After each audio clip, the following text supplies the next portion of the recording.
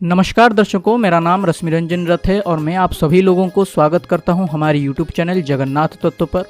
दर्शकों, बहुत दिनों से कोई वीडियो यूट्यूब पर नहीं आ रही थी, उसके लिए माफ़ी करेंगे क्योंकि मैं थोड़ा काम में बिजी हो गया हूं, इसीलिए वीडियो नहीं बना पा रहा हूं।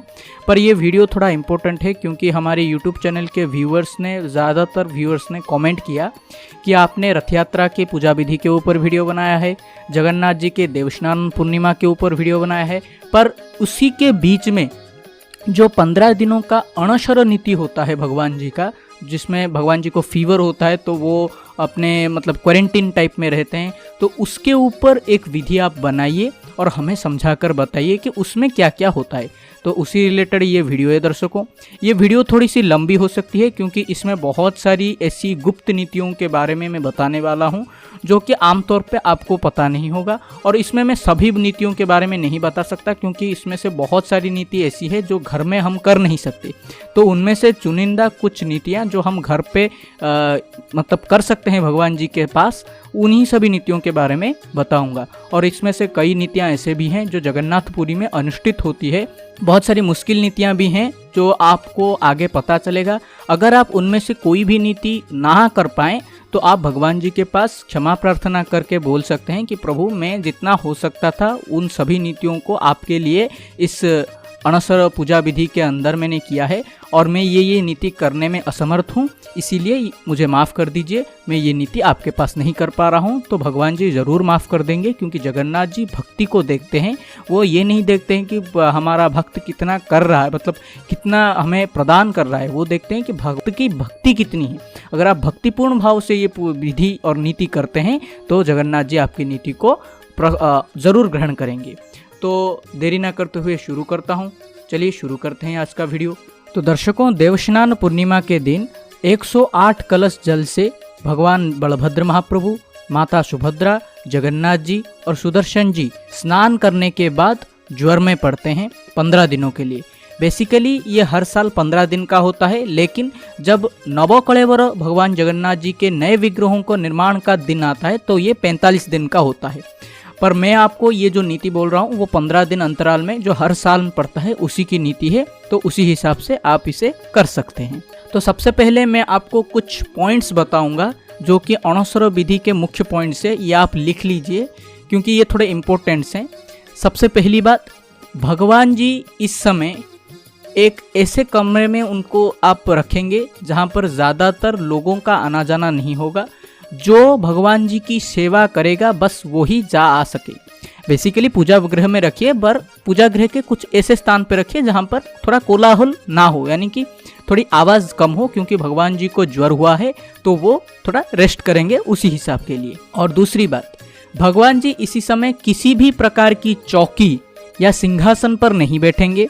आप जहाँ पर भी भगवान जी को बिठाएंगे वहाँ पर एक सफ़ेद वस्त्र नीचे डाल दीजिएगा, उसके ऊपर भगवान जी के विग्रहों को रखिएगा।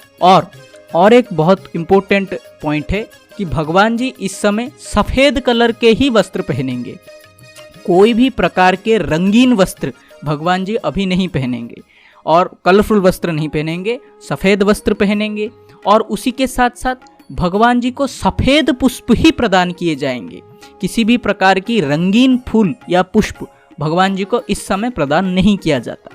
कब तक नहीं किया जाता और कहाँ से उन्हें ये सब प्रदान किया जाएगा वो मैं आगे आपको वीडियो में बताऊंगा, क्योंकि 15 के 15 दिनों तक भगवान जी को ऐसे नहीं रखा जाता है, कुछ अंत के कुछ दिनों में उन्हें रंगीन वस्त्र और पुष्प इत्यादि प्रदान किया जाता है।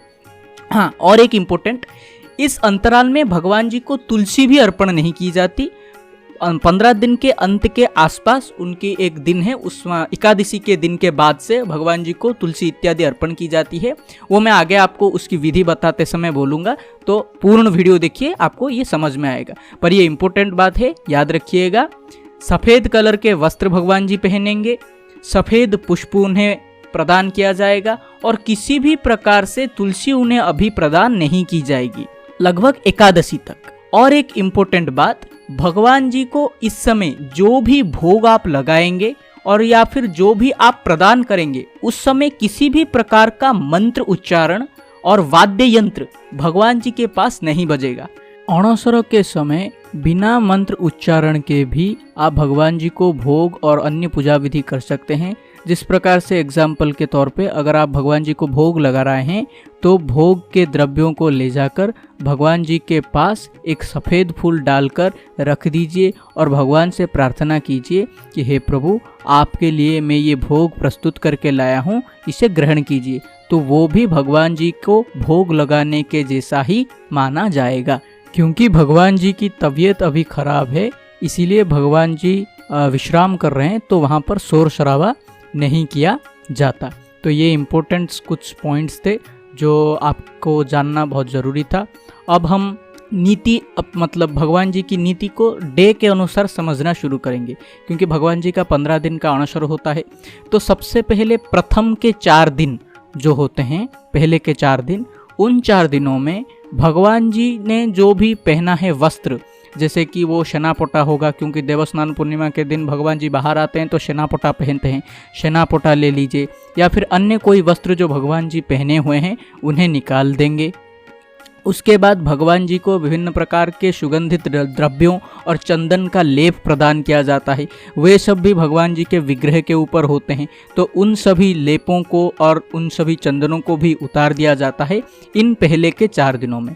और इसी समय के अंतराल में, यानी सबसे पहले के 4 दिनों के अंतराल में ही भगवान जी के विग्रह के ऊपर अगर किसी भी प्रकार की क्षति पहुंची हो, किसी भी प्रकार की चोट लगी हो, तो उसकी भी मरम्मत कर दी जाती है।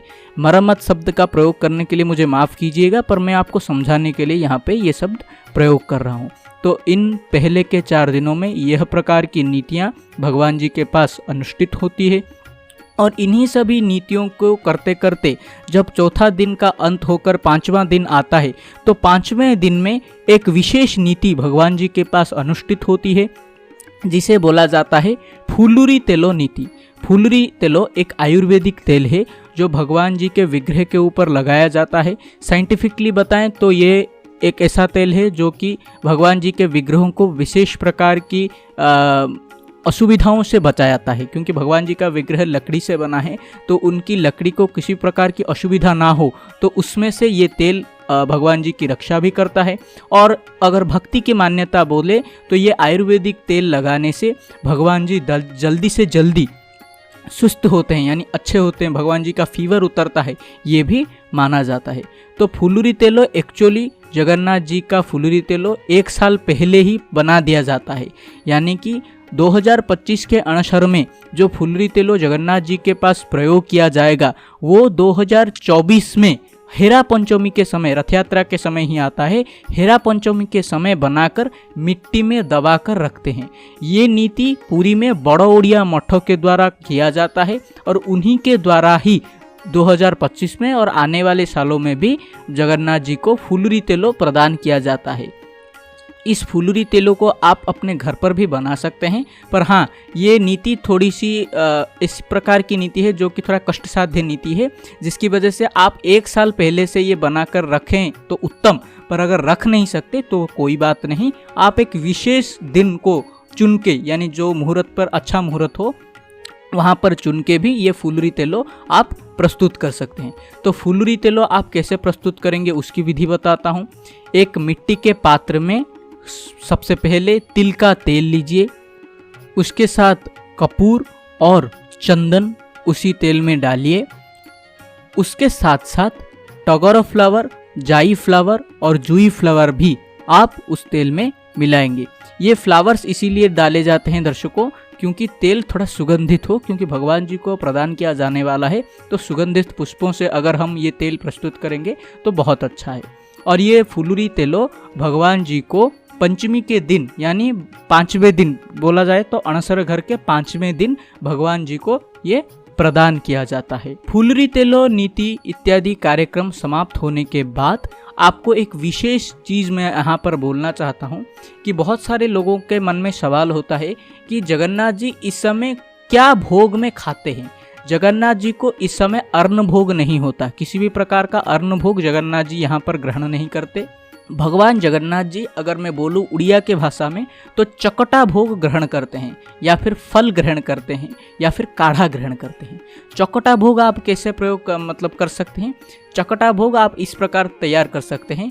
एक बाउल में पोहा ले लीजिए, पोहे में थोड़ा सा दूध, थोड़ी सी गुड़ और थोड़ा सा छेना डालकर मिला लीजिए। थोड़ा थिक बनाइएगा, क्योंकि ये थोड़ा थिकनेस रहे तो ही इसे चकटा भोग बुलाया जा सकता है। लिक्विडी ज़्यादा मत कीजिएगा। इस प्रकार से आप चकटा भोग बनाकर भगवान जी को इस अंतराल में, यानी कि अणशर नीति के अंतराल में दे सकते हैं। उसी के साथ साथ आप काढ़ा भी भगवान जी को प्रदान कर सकते हैं और विशेष प्रकार के फल भी आप भगवान जी को दे सकते हैं अणशर नीति के समय।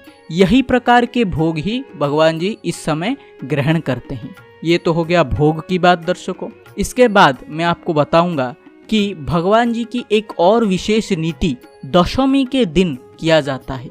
भगवान जी की दशमी तिथि पर चौका विजय नीति किया जाता है, क्योंकि जिस प्रकार मैंने वीडियो में पहले बताया, भगवान जी इस समय किसी भी प्रकार के सिंहासन के ऊपर नहीं बैठते, तो भगवान जी दशमी के दिन चौका के ऊपर विजय करते हैं। यहाँ पर बहुत सारे लोगों में मन में सवाल उठ रहा होगा कि चौका क्या होता है। आपने अगर ठीक से देखा हो तो जगन्नाथ जी के सिंहासन के ऊपर भी एक थोड़ा सा ऊंचे वाला गोलाकार स्थान होता है, एक चौकी टाइप स्थान होता है गोल आकार में, उसे चौका बुलाया जाता है। इस पर भी भगवान जी इस समय नहीं विराजते हैं, क्योंकि उनकी तबीयत खराब है, इसीलिए वो ज़्यादा काम करेंगे तो उनके की तबीयत में सुधार नहीं होगी। यह मान्यता के अनुसार वो चौका विजय नहीं करते। पर दशमी के दिन, दशमी तिथि पर भगवान जी का चौका विजय नीति होता है।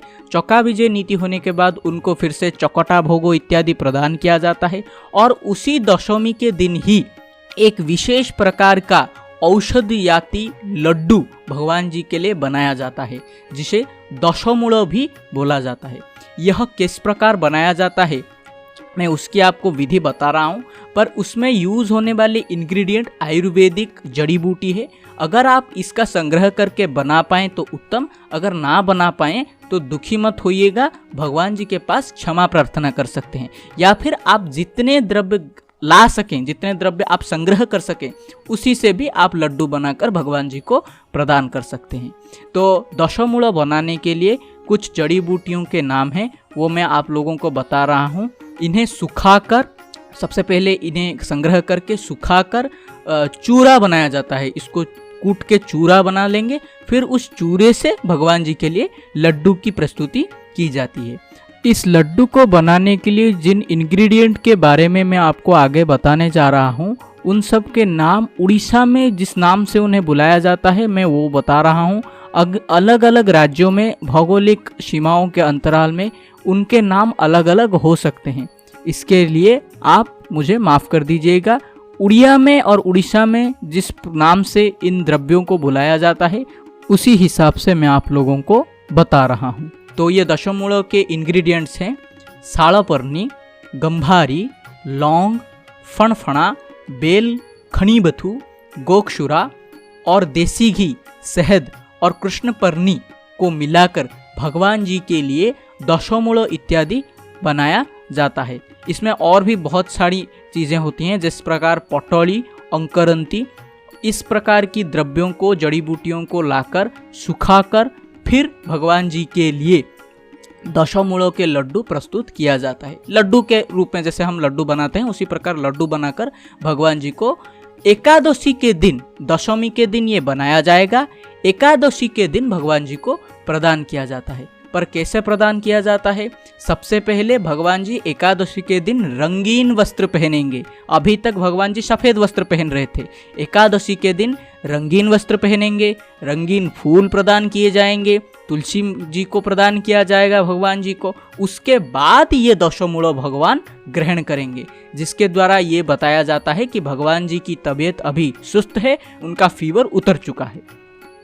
लेकिन यह सब चीज़ों को आपको संग्रह करके बनाना पड़ेगा, ये थोड़ा आप लोगों के लिए मुश्किल हो सकती है। इसीलिए इसमें से जितने प्रकार के द्रव्य आपके पास अवेलेबल हो, उसी से आप लड्डू बनाकर भगवान जी को प्रदान कर सकते हैं। अगर ना बना पाएँ तो आप भगवान जी के पास क्षमा प्रार्थना भी कर सकते हैं।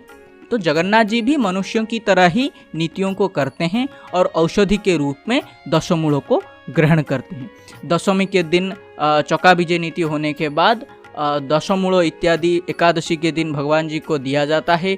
वो रंगीन वस्त्र, रंगीन फूल, तुलसी इत्यादि पहनते हैं। द्वादशी के दिन जगन्नाथ जी के आद्य सेवक पुरी के गजपति महाराज के पास एक सूचना जाती है कि भगवान जी अभी पूर्ण रूप से स्वस्थ हैं और उनके घोष यात्रा, रथ यात्रा होती है, उनकी नीतियों के लिए राजा तैयार हो जाएं।